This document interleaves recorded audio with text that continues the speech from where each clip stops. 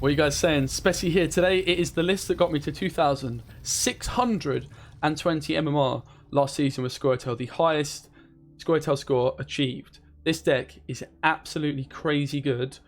It's slightly broken. Honestly, it's nuts. You've got two big win cons. Obviously, Schirru with your precision strike leader ability is a constant threat to your opponent. Your opponent's probably knowing you're playing Schirru based off your leader, but doesn't matter. It's kind of impossible to play around. You can line all sorts of things up. Normally at a 5 range with this deck, you're going to call him in from Isengrim's Council. He's going to come in at 5 strength. You can sometimes ping him down to 4. There's also other ways you can hand buff him as well. But usually Council to pull him in at 5. Scorch all your opponent's 5s, which you can line up multiple of. But not only have you got this big win condition of Schirru that's a constant threat, you've also got the big finisher of Gord. Gord is consistently reaching sort of like 16, 17 points with this deck.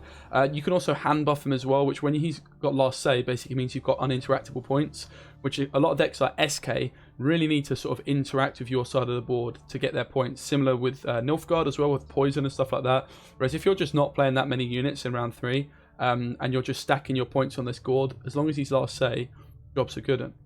So deck works really, really well. As I say, beat many of the best players in the world with this deck, and actually I think I could have pushed it quite a lot higher. I just sort of ran out of time. So let's build the deck. It's non-devotion, and a big payoff you get by not playing devotion is including the card Aneromancy. You also get access to Heatwave and Triss, as well as a trusty Bomb Heaver. They are the main reasons not to play devotion. Obviously Bomb Heaver great for that artifact removal against Nilfgaard. We don't have a fantastic way of dealing with the Syndicate Defender, but you can get through. You definitely can get through. It's just a little bit awkward. Normally you're going to have to invest a few leader charges more than you would like to, but you can do it. You can get through. Bomb Heaver obviously just going to be crucial then at denying all out value off of the scenarios, which is just going to help you win a game. Obviously it's going to make it a lot more difficult if your opponent's scenario goes through, so including this Bomb Heaver makes a lot of sense. We've got Heatwave, which is a great way of punishing tall units. A lot of people like to TA their first card, and if you answer this with a Heatwave, it applies a lot of pressure on your opponent, and it's going to mean they're going to have to invest a lot of gold power, and just a great card. Also, of course, it's just nice to have a bit of tool removal if your opponent plays a greatsword that goes really tall, or a Scytheman, anything like that. Very flexible card. Triss, we're playing lots of specials because it's a Gord deck, so she's going to help just play another special. And a lot of the special cards in this deck you're going to see are just really good. She's just a great card. And the Aneromancy is just obviously amazing. It's a great way of playing Heatwave. It's a great way of playing Gord for that consistency. And also you're playing this special twice, this spell twice, which is going to buff Gord twice essentially. Another great thing that Aneromancy does is it allows you to tutor your Justice.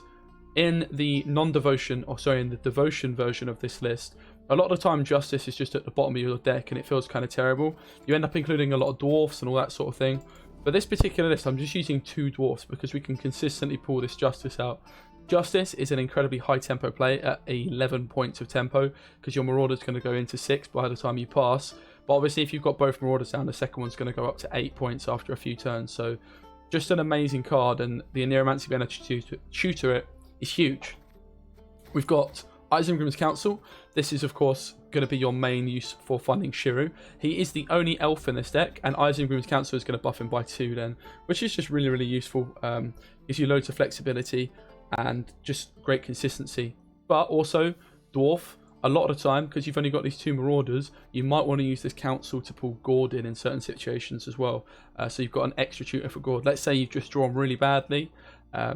You might have Schirru in hand, which I'll talk a little bit about because you can do that sometimes. And then you want to use your Aneromancy to find your Triss, your Heatwave, your Justice.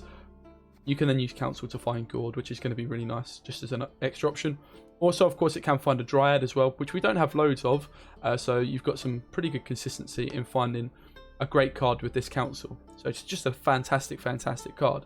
I think another good place to go is Fove, and obviously she's playing nature cards, which we've got a certain amount of, a decent amount, and she's just brilliant. She's a Dryad, which is going to give your Treant Boar Zeal. So I think the Treant Boar and Dunker are really a big part in why this deck has been performing so fantastically for me.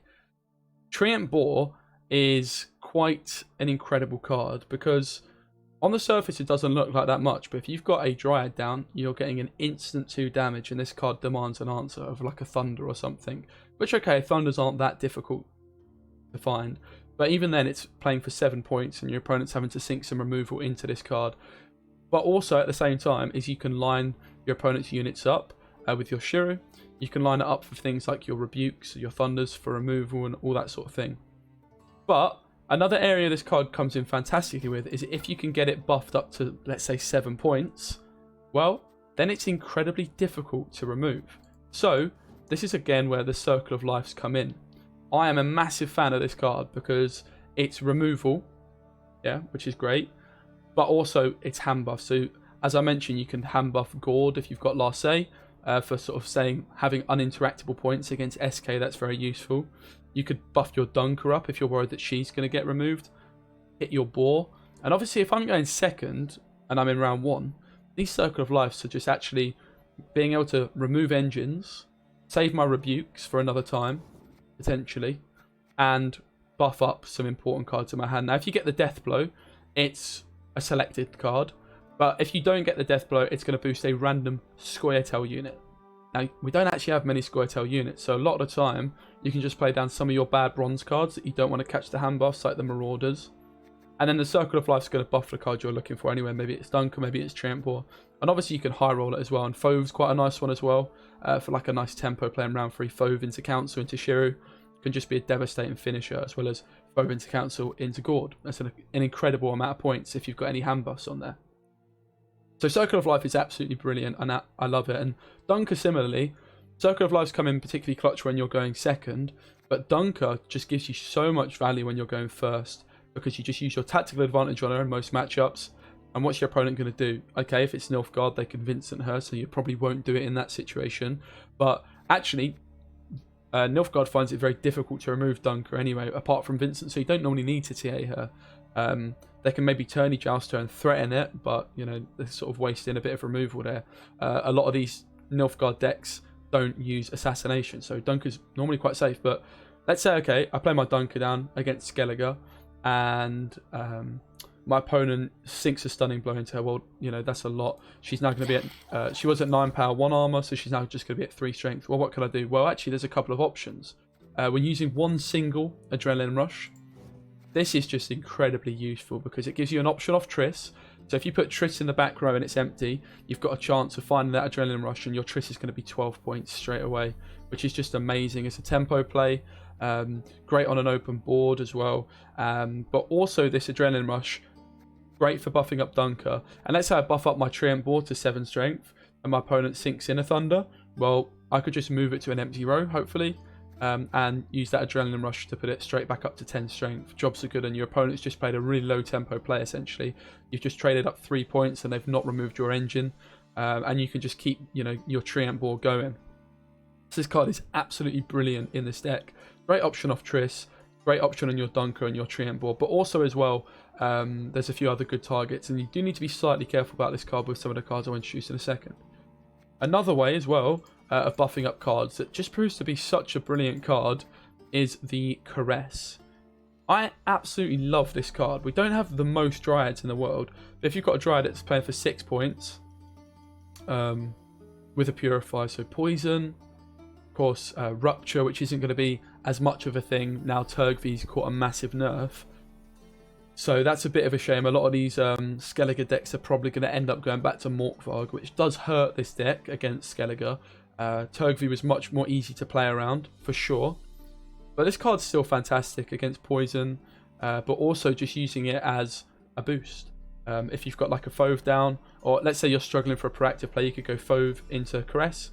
That's a pretty reasonable play. It's 8 points on the board, as well as a Dryad, which is going to give your Treantboar 0. So just a great card for 4 provisions. But it's also a nature card, and we do have some Symbiosis coming in, and Symbiosis is massively underrated. We're using the Abandoned Girls and almost the MVPs of this deck, which is kind of weird to say, the Dun Canal Guardian. This card looks absolutely terrible on paper. This card is an absolute game changer of a card, because what this card does, okay, let's say you're my opponent, right, and I play an Abandoned Girl down on the board. What are you going to do? You're probably going to remove it, let's be honest, yeah? let's say you're my opponent and I use a Duncan Guardian to maybe hit your frigate that was down. It was at 6 strength, 1 armor, or something like that. And I hit it down with my Guardian and it's now at 5 strength. Are you gonna like be thinking, oh, I need to remove this Duncan Guardian? Are you gonna sink an oil into this card? Absolutely not. You're just gonna sort of, obviously if you've got 3 removal like a Falibor or something, sure. But how often do you have 3 removal? 3 removal. It's a very awkward card to remove. And all this really needs to do is you just need 1 symbiosis unit down to get your value off this symbiosis. Because what it's going to do is it's going to spawn that 1 strength wandering treant. And this 1 strength wandering treant is huge because it just gives this extra value to your rebukes. And of course, if this Duncan Guardian is still on the board, your rebuke is essentially earning 3 extra points because it's going to spawn another 1 strength wandering treant and buff one of them by 2 as well. So if you get this card down, it's very often not answered because you've got things like Dunker, Boar, Abandoned Girls, Marauders that your opponent's normally preoccupied with, and this just sort of goes under the radar and ticks along. Combined with Circle of Lives, it's just an incredible removal tool. It's also brilliant in round 3 for lining up Schirru. If there's a 7 strength unit, you can ping it down. And it's veiled as well, so it's not even a bad target for an Adrenaline Rush or something like that. And this card just sort of really goes under the radar and really does do a absolutely brilliant job in this deck. So highly, highly recommended. And as you can see, we've got 11 provisions left. So I've obviously forgotten quite a big gold card. And it is none other than the Forest Protector. Just what a card this is. It's basically a better version of Triss. Of course, you can't roll the Adrenaline Rush and you need to have already played a card. But it can play Circle of Lives, it can play Caress, and it can also play your Rebukes. And of course, if you use the Rebuke and kill something, it's a treant, so you're guaranteeing for this to play for 12 points with 2 buffs. And obviously it can synergize with your Symbiosis. You can line up, if there's like an 11 strength unit, you could line up, or a 10 strength unit, you could line up for your Schirru. Just a fantastic, fantastic card. And another great source for hand buffs as well, for that great carryover. As you can see, we are at 14 units. A lot of the time with Gord decks, you want to go down at the sort of 13 range, but the Bomb Heaver is just worth it to include it. And a lot of people, when I talk about these decks, are like, yo, Speci, why are you not using this card, bro? Like, what's going on? This card is not very good, in my opinion, because it's 5 provisions, which means you're essentially spending a provision you could spend on these gold cards like Heatwave. You're essentially wasting a provision, if that makes sense. 4 provision cards are very good for the fact that you cannot go cheaper. A 5 provision card has a very distinct downside that it's 5 provisions, so the rest of your deck is worse by including it. So including 2 of these is taking away 2 provisions from your gold cards. So in other words, instead of running something like an Aneromancer, you're running a Raw Decree. Or instead of running a Triss Telekinesis, you end up with something like, I don't know, like a Shaping Nature, which just doesn't have the same power potential, in my opinion, and isn't as flexible, all that sort of stuff. Or you're running like a Figus, which gets killed by a Stunning Blow, something like that, right? So, yeah, that's one reason. Another reason is actually your mulligans become very awkward with this deck at times. A lot of the time you want Schirru in your deck so you can call it for council. And sometimes you really want to mulligan quite aggressively as well to find that Gord, to find that Heatwave, to find that Triss that's going to come in really clutch. So, yeah, it's just a bit awkward in that sense. But also, a lot of the time, you don't actually end up going for the Death Blow. And the Sentinel you spawn off of your leader, rather than killing a unit with it and having to set that up, you just want to focus a lot of your damage procs on lining up cards for your Schirru range, because you're always going to pretty much full leader as you Schirru. Not all the time, but normally the Sentinel is just going to add a little bit of tempo to your Schirru play while removing an extra card or possibly even an extra engine. So you don't actually need these cards in your deck. They're a waste of provisions and they make your mulligans worse, and a lot of the time you don't actually go for the Death Blow. So this is a deck, obviously it's a new season, so there's quite a lot of people experimenting. What I will say, Syndicate, generally speaking, is one of the tougher matchups. As you can see, I've not played this season, but I was doing so well with it last night. If I just had a little bit more time at the season, I could have pushed it up even further, but it's my highest score I've got with a faction by 60, 70 MMR. So yeah, I've played a lot with it. I'm pretty confident in playing it. Skellige, again, Morkvarg now is much more of a concern than Turgvi, so we actually need to really push this round 1 here. Lots of people were ditching Morkvarg at the end of last season, but I imagine he might come back in fashion a wee bit, so this deck might struggle a bit more. In terms of mulligans, obviously don't want Gord in my opening hand, so we can kick him. Bomb Heaver could find some value against the totem, but I don't think I'm going to keep it. And I don't really like the Marauder here either, so let's mulligan it. Oh. Your Circle of Lives can be used to buff Schirru as well, so I'm just going to make an honest start here with an Abandoned Girl. There is some merit in saying you could go Treant Boar and TA it, but let's just do this. I want to get my Symbiosis down. This might demand an answer like a Stunning Blow or something like that. Also, what the Abandoned Girl does against Nilfgaard is, let's say someone bleeds this card or poisons this card, you can actually then transform it and it will lose the bleed or poison. So Abandoned Girl doing its job for 4 provisions, and this is the power of a 4 provision card. If I'm using a 5 provision card here, such as a Hammer Dryad, and it gets removed, I've essentially just wasted a provision. He's used 4 provisions to kill a 4 provision card, so that's fine. If he's using 4 provisions to remove a 5 provision card, I'm kind of just losing points there. So I am unfortunately going to have to sink a Rebuke in here. I would obviously rather have a Treant down when I go for this, but it's fine. We're going to flip her over. And we'll take that there. Is there any merit in TAing this? Not really. Now, this is also something you need to be careful of. Obviously, you've seen this Wandering Treant has spawned in the back row for me here. Of course, worth mentioning, your Adrenaline Rush could be messed up if you're not careful. We're going to take that again. I think we're just happy to stick with this. Obviously, this is most likely my Adrenaline Rush now, so I could even TA this. Maybe I just leave it though. So you can definitely see the potential issue of Adrenaline Rush with these cards, but you should be alright. Now, the ship comes in. Obviously, a Caress here just kind of nullifies that. So we could also go for a Duncanel Guardian, a Circle of Life. Unfortunately, I am having to use Triss because I've missed my Caresses, I've missed my Nero, I've missed my Fauve. And of course, I have got the Adrenaline Rush here. Could be within my interest of just killing this with a Guardian, plus Circle of Life. But then I'm just wasting quite a lot of points here. I think I'm just going to try and high roll Triss. Worst comes to worst, it's going to show me like an AR or Circle of Life, and it's going to hopefully buff the Treant Boar. Maybe we just go for this first. Yeah.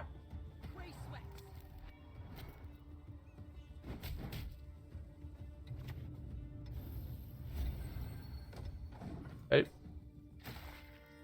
I've decided to buff this card. Just because I kind of want to buff something. I'm going to try and save my Triss if I can.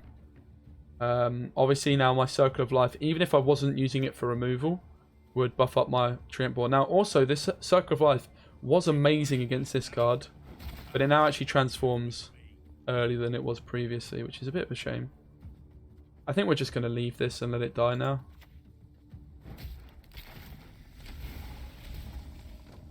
And we've still got a Symbiosis unit down on the board. Obviously, front row is very much stacked. And I do want Last Say is what we said at the start of this game. Because we're expecting Morkvarg probably in these Skellige decks now. So Last Say with Gord is going to be really, really important. Pretty confident in a long round. So what we'll do is we'll go Boar. Yeah, he's got a Blood Eagle, which obviously could be quite a lot of things. He actually goes for the Morkvarg now. Now, what this means is I'm not actually as concerned about Last Say anymore. Because obviously it's second wind. But obviously that's a lot of tempo this guy's just slammed down. Luckily for us, I've still got the Dryad alive. And the Boar comes down and we'll just hit the one without armor. This is where you maybe see the power of the Adrenaline Rush. If he sinks like a Decoction. He's not going to sink a Decoction in here because, you know, I could move it back. But still. So he goes for the Invader. I think I'm going to play Triss here. And I'll play Triss before moving it. So if I do find an AR, I've got it. But I'd kind of like a Rebuke. I could maybe just go for the AR. Maybe I'll just go for the AR. I very much doubt this guy runs Turkey. In fact, Turkey doesn't even do anything against this now, because Turkey just does base power. So this is very safe. Morkvarg's down on the board.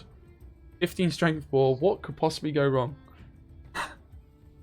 Obviously, if Turkey was still a card that people are going to play, because it doesn't do boosted damage now, if you didn't know. It just does base power, so it will deal 5. If Turkey was, you know, I could always high roll my Triss maybe. And he's investing all these golds. Bear in mind, he's actually not going to get these cards back. If worse comes to worse, I can Schirru here as well. I'm going to go for my Triss. See what we get.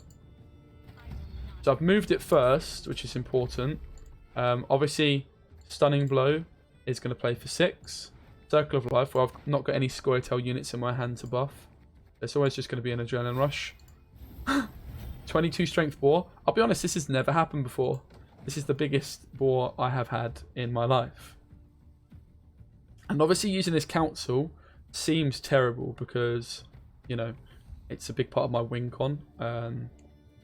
But if I win the round, I've got last say with Gord, and we've got a lot out of him. And he is playing Patricidal Fury. What I could also do with this council is it's going to maybe show me Dunker. But he actually passes. It could show me the Guardian. It could also show me a Dwarf or Fauve. And then if it doesn't show me anything I wanted, it shows me Sheeran. I could have Sheered here, but I'm glad, obviously, I've kept this card. And if you look at what I spent compared to him, not much. Let's be honest.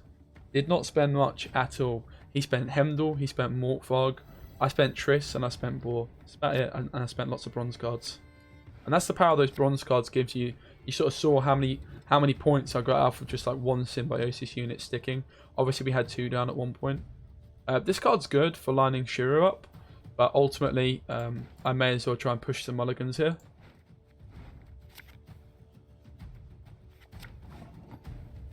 So, is there any merit here of going for a Neuromancy? Well, yes, there could be some merit, because something you need to be very careful of with this deck is your Justice can block your Schirru, because a lot of the time you Schirru at 5, and Justice is going to spawn in a Cleaver's Muscle.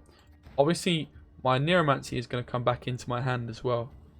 What this does risk, though, is it obviously risks him getting ahead of me, but what would get ahead of me? Well, something plus leader. I think I can risk it. If he leaders, he leaders. I'm actually just going to make this tempo play. It's also going to buff Gord up further. Obviously, if I was still scared of Morkvarg, I wouldn't be making this play. But we'll just see. I think this is a pretty reasonable play. It's an 11-point play. If he is to keep going, I could even, you know, just play a couple of bad cards down. If he commits his leader here, I'd just play a couple of bad cards. Obviously, the longer the round, the bigger my Schirru. It's not ideal, but we get Harold out. It seems pretty good. Is this even enough for him? Yeah, it's just about enough. So you could argue my line of play was pretty bad here. It's certainly an argument for that. But ultimately, Harold's gone. Was it worth it? Maybe it wasn't with this Schirru deck. I'd say this is not normally how you should play it. I probably should have just passed, to be completely honest, because obviously this is pretty easily Schirruable. But this Cleaver's Muscle is, again, still kind of stopping me. Maybe if I had a slightly less bad hand, I could have. Yeah, I think the side of play was pretty awful. I've got to be honest. I don't like what I've done here. I'm left with little choice but to just go for Fauve onto this. If I had a different card to the Bomb Heaver here, sure. But again, you can see why I don't really like this Cleaver's Muscle in a round 3. A lot of the time you want to play this round 1 for this exact reason. This is not a good play by me. I would not normally do this. I was like, this could be good. Like, okay, sure, I've got out Harold, but ultimately I'm just making the round worse for me. Right. What I am going to do here is I am actually going to commit to this round, and I'm going to Schirru at 4. So I hit my own Schirru down once, I hit this twice, and I hit this twice. I'm going to Schirru now, which just seems like I'm wasting quite a lot of Schirru value if you look at it. So I can ping my own Schirru down, and this is where the Sentinel comes in. Like, you don't need more than what I've got. And this is still a 12-point Schirru. And obviously he's not going to be able to do this in one turn without leader. But I've obviously used my leader, so I still don't love it, to be completely honest. We're at 17 points. His leader is worth, what, 8 on its own? With some synergy. But we got Harold out. Maybe it wasn't the worst push. I think it was a little bit unnecessary.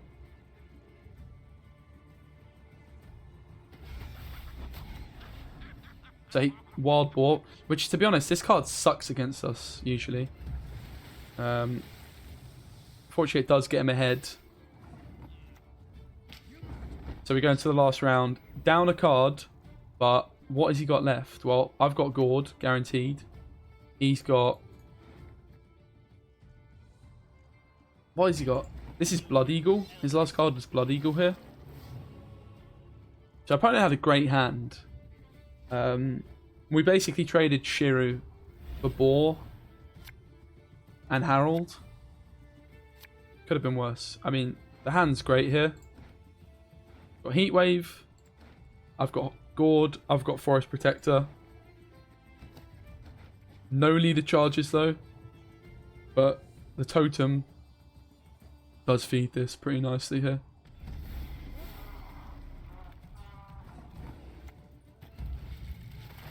I still think my push was wrong. Because all of this sort of plays into Schirru. Like, you can get a much, much bigger Schirru than what I had there. What was it? A 12-point Schirru is not good, really, for what you can usually do.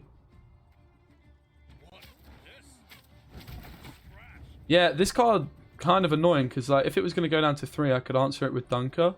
But it's kind of just an annoying card now. Like, 4 removal was very, very difficult to find. I don't want to Heatwave it, really. It was pretty terrible. We know he's going to have a raiding fleet, which he could play into... I think I've lost this game. I'm pretty sure I've through by trying to push.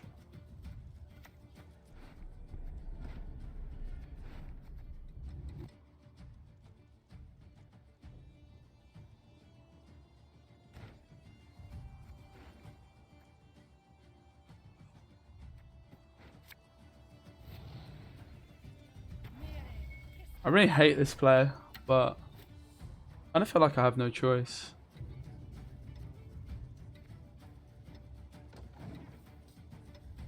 Like, my win con is that he can't kill this card, which he can anyway. Maybe we still win.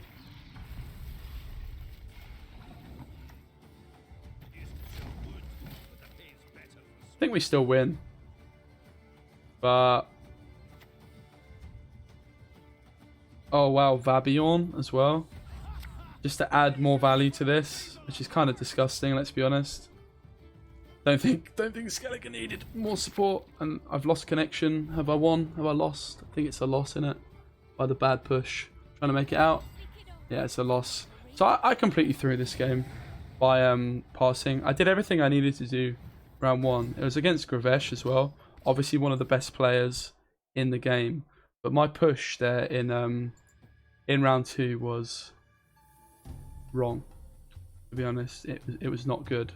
So we'll move on to the next game. We can't be too unhappy. I think maybe my Dunker play was wrong as well. Maybe I should have taken a Heatwave. Yeah. Didn't go well. Definitely misplayed. But it is what it is, man. Schirru can go. We played it perfectly. It was just not passing. And maybe my Dunker play. It was just an awkward one as well. But yeah, hi ho, what can you do? So we're up against Hidden Catch, which likes to poison. This is where we just need to regroup and just move on past that one. The Marauder in hand. Don't really like it. Double Caress is pretty good. Abandon Girl. I kind of like keeping these sort of cards that, like, you cannot poison this card because I'll just flip it over. So this is a really nice opening play against anyone you're expecting to poison you. Obviously I've got double Chris anyway. Wow, he just leads straight in with the Passiflora, and of course I've missed my Bomb Heaver. And of course I've missed my Heatwave. So that's really unfortunate. I didn't think we mulliganed it. Maybe I did from my tilt in the last round. From throwing that game against the old boy Gravesh, but I don't think so. I think we just got really unlucky. So, how do we respond to this? That is the question here. I think that we probably TA, which seems weird, but what's he gonna do? Not much. We just need to get out of this round now. Pass on 7 while not losing. That's the objective here. I could Schirru here.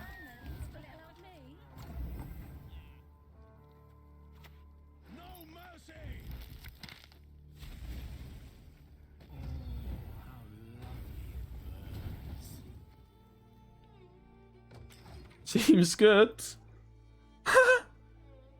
Seems good.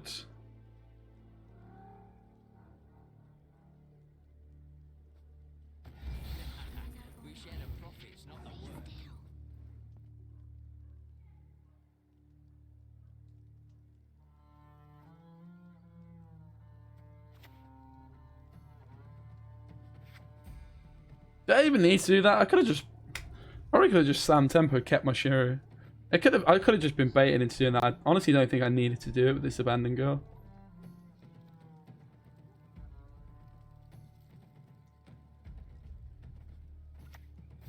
Look at my confidence.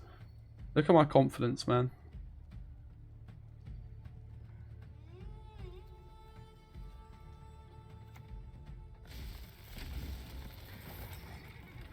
Like, what are you gonna do? What are you gonna do?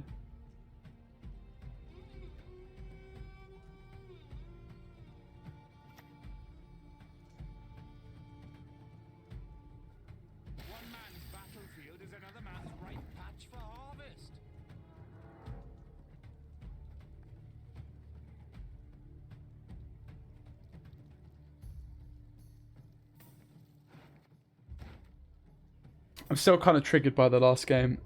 And I don't know if I've really taken the right line of play.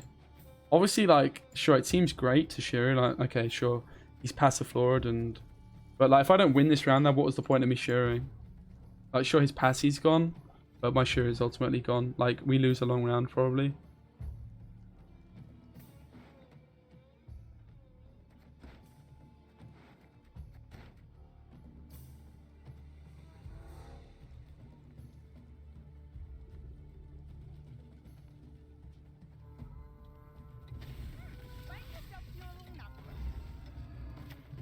Kind of hate this play. He's just going to poison it. Obviously, I've got the double caress. But I kind of hate it still. Like, really hate it.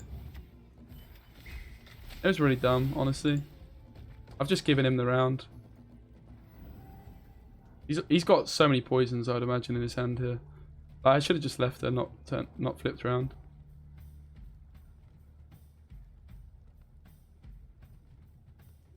Pretty annoyed with this play I've made. Obviously, look, like, we've got Schirru, wicked, but yeah.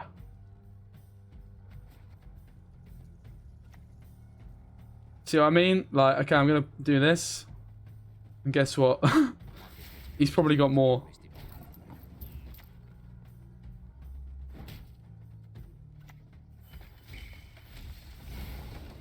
You know?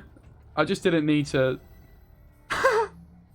Oh, it's gone so wrong, man. It's just gone all so wrong.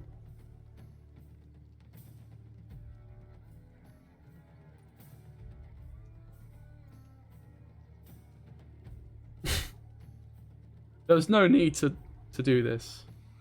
I just did it for the zeal on the ball, which is just kind of stupid of me.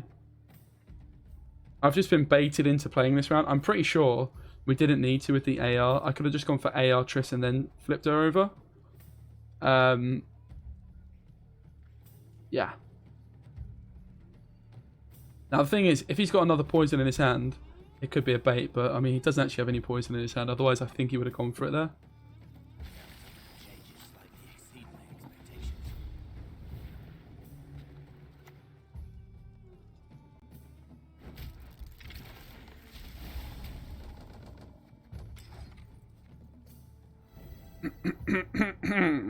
I mean, you still see the to do a classic specimen. See the power of the deck, but I mean, I've just had such a stinker really. I missed a lot of my cards. I invested my Schirru when I really didn't need to, and I'm just sort of being baited into playing here really. I just didn't need to engage in this.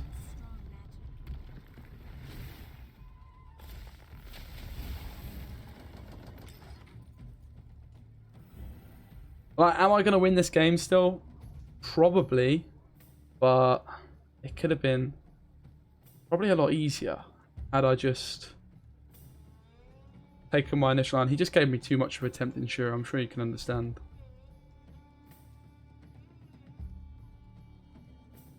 What happens if he... Okay, I was going to say, what happens if he poisons? Do we take the bait? So look, we win the round. But at what cost? Well, he spent his Passiflora. I spent Schirru. Seems like quite a good trade for him, I've got to be honest. I think he's going to be pretty happy with that, but I don't think we're going to make the same stupid play with Justice. They can both go. Am I going to make the same stupid play with Justice? Probably not. I'm just going to see if old Gresh has said anything about that game.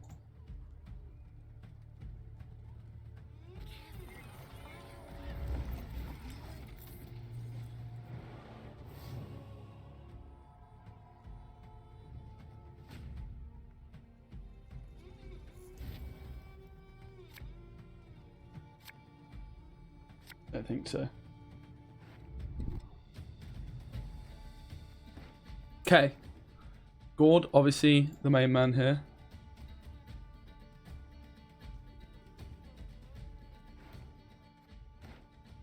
And focus up for a sec. I've lost a bit of concentration with my mulligans. So Fove is playing Circle of Life. That's pretty bad. Let's kick the Rebuke. Dunker is pretty nice. She's veiled. But obviously can be Philippid, so we need to be careful of that. Okay, beautiful thing again about Heatwave, but also this lead ability. I don't even need to Heatwave this. Like, he's not even going to spend on the shield because he just knows what's coming.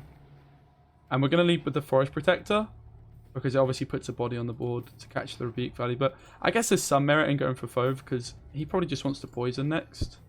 And Forest Protector does give me access to Caress.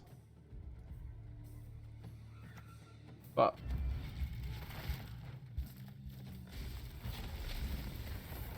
this just makes too much sense not to do it. Leader here, again, not for Schirru, just going to be to remove engines. And Dunker as well is going to help do that, as well as this other Rebuke here.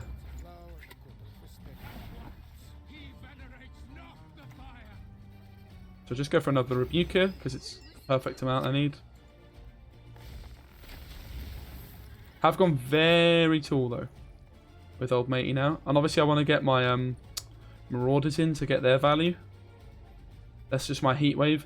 There is actually some merit in Heatwaving that now if he plays Defender, but obviously because I've got full leader, I should be able to get through it with Dunker as well. I'd have to Dunker one. I think I value my vitality quite a bit here.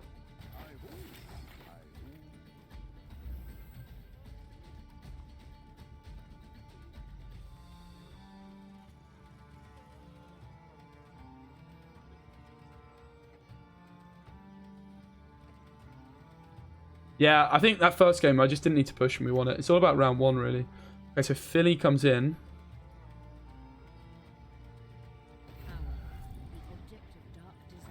There's now sort of no reason not to Heatwave this.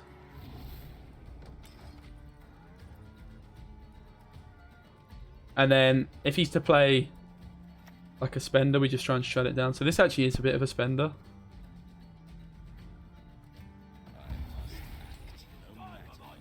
And it gets coins as well, whenever he plays a fire swan. So we're going to shut this down here. We're just going to full leader. I think it's worth it. This is one of those situations where you wish you had...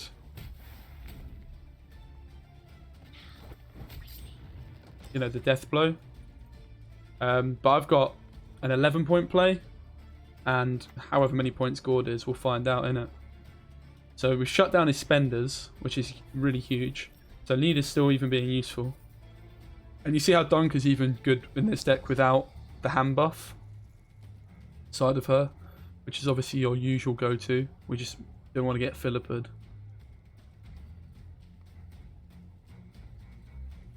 Dunker only buffing square tail units as well, so same with the Circle of Life. So if this is Philippa'd, it wouldn't be hand buffing stuff, but obviously the 3 damage is there. And it would deny my own hand buffs. What is this card? Or 2, damage by 3. Okay, so 5 Ps. That's it. So, looks like a nice win on this one. Does look like a nice win. This is the beautiful thing about staying in Pro Ladder as well. Having that game against Gravesh just gives you a nice chance to test yourself early on in the season. But absolutely cruised it after all my whinging and moaning. Obviously the Schirru round 1, not what you're normally going to go for. Did I play it perfectly? No. But again, to use a classic Specimen cliche, you can see the power of the deck. That's against Yo Haggis. Yo Haggis, I'm not sure. Yeah. I'm going to leave it there because I'm very tired. I actually stayed up, played Gwent all night last night. Try and finish top 64. We didn't quite make it, so I'm going to leave it there. Hope you enjoyed the 2 videos against 2, you know, well-known community members. Obviously, Gravesh, one of the top players in the game, and Yo Haggis is a pretty good player himself and has done some of the casts and we're trying it, so GG. Again, if you look at what happened both games, is I actually managed to win round 1, and then for some reason in game 2 I pushed round 2, which you never normally do. You just take the long round. I was just trying to be a little bit too big for my boots, a little bit cute, a little bit clever, and didn't work out for us, did it? So I think live and you learn. I wonder as well if I even would have won that game had I against Gravesh, had I gone for Gord first and then Dunker. I think I misplayed quite hard, but again, you can see the power of the deck. Honestly, it's unbelievably good. Just to maybe give you like a couple of considerations before I do go of what you could do with this list. Some cards that are pretty good. I would say, obviously, like, sure, Temperings and Pact are not bad, but I don't think you really need them. The Adrenaline Rush sort of covers you for that, but for more points for its provision cost. A little Miner could be alright. Little Squirrel, but you really, with these units, you want to sort of stay proactive. Same with a Skirmisher, like, it's great for lining stuff up, but you really want to just have proactive. If you look at all these units here, these 2 are proactive at 4, because if they're removed, who cares? Whereas this at 5, it's, you know, it's got a bit of extra oomph. It doesn't feel like it does, but this card doesn't really want to be removed particularly, and it gets the damage, which you saw how useful that can be. In at 5 provisions, obviously, like, a lot of people will tell you, look at this deck and think you want to use Runestone. Nah, Runestone's good for Sages and Johnny. And the reason we don't use Sages, because I know a lot of you are going to go, you should use Sages. Well, what happened to the Sage? It's an elf, and I want to use Council in round 1 in that last game. Well, I've got a 50% chance of using Sage, so it completely eliminates that line of play. I'm not going to be able to make it. Yeah, so that is the deck. Again, Hammer Dryad, is it that bad? No, but it's just going to get removed, and then, you know, you should just probably use 4 provisions. Yeah, that's it. Hope you enjoy. Let me know, because honestly it's filthy. I'm going to try and push this up quite a lot in the first week. So if you'd like more gameplay of this deck, I can certainly bring that to you. So yeah, if you do want to see more of that, let me know. Any particular cards you want me to try out, any particular decks, let me know. I am going to try hard quite a lot this season, I think. I have a feeling I can do really well. I've backed myself quite a lot, so we'll see. I'm aiming, obviously, top 64 is the target to get into those qualifiers, because I went for it for the first time this season, or last season. Left it super late, hadn't played SK all season, missed out. I finished 84th or 80th or something, and the top 64 get it, so we weren't far off. And especially, like, I was doing really well with all of my factions. It's just I ran out of time. Yeah. Thanks. thanks so much for watching. Hope you enjoyed the content. Still a bit sorry about that loss against Gravesh, because that would have been the perfect time to show you how good this one is. But I think we did it. I think I just misplayed. So, yeah, don't underestimate this card, man. This card can just hard carry you through. One little Symbiosis proc is all you need to spiral out of control really, really quickly, because you're shutting down your opponents with these sorts of cards while developing carryover and also your own engines and points. It's just great. Obviously, when you're adding on cards like Treant Boar, Dunker, Justice for that tempo play, you've got Forest Protector and Triss for those tempo options, as well as removal potentially. It's just an unbelievably good deck. I absolutely love it. But yeah, best deck I've ever made. Will we get anything better this season? No, we won't, but we'll try. We'll move. Yeah. If you guys want to see more of like Siri Nova, Siri Dash I think is pretty good. This series not bad, I don't think. But I think Siri Dash has got to be pretty good somewhat in a few decks. Let me know. Yeah. Thanks so much for watching. Adios.